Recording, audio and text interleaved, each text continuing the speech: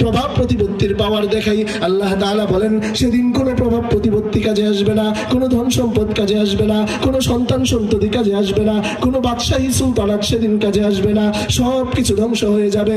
যদি সেদিন বাম হাতে আমলনামা দিয়ে দেওয়া হয়, মালি হাদাল কিতাব, এটা কেমন আমলনামা?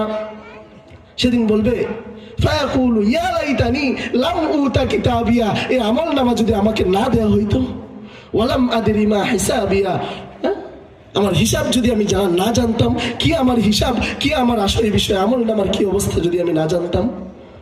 ইয়া লাইতাহা কানাতিল কাদিয়া, হায় আফসোস, মৃত্যুই যদি আমার শেষ ফয়সালা হয়ে যেত। মা আগনা আন্নি মালিয়া, আজকে আমার যত মাল ছিল, যত ধন সম্পদ ছিল, কোনো কিছুই কাজে আসে নাই। হালাকা আন্নি সুলতানিয়া, আমার যত প্রভাব প্রতিপত্তি ছিল, বাদশাহী ছিল, রাজত্ব ছিল, সব কিছু ধ্বংস হয়ে গিয়েছে। আজকে আমার আর কোনো কিছুই নাই। সেদিন একমাত্র ক্ষমতা থাকবে, তিনি কে? চিৎকার করে বলেন, কার?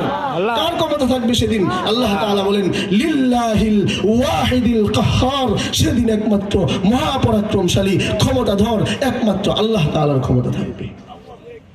আর কারো ক্ষমতা থাকবে সেদিন? সব কিছু ধ্বংস হয়ে যাবে।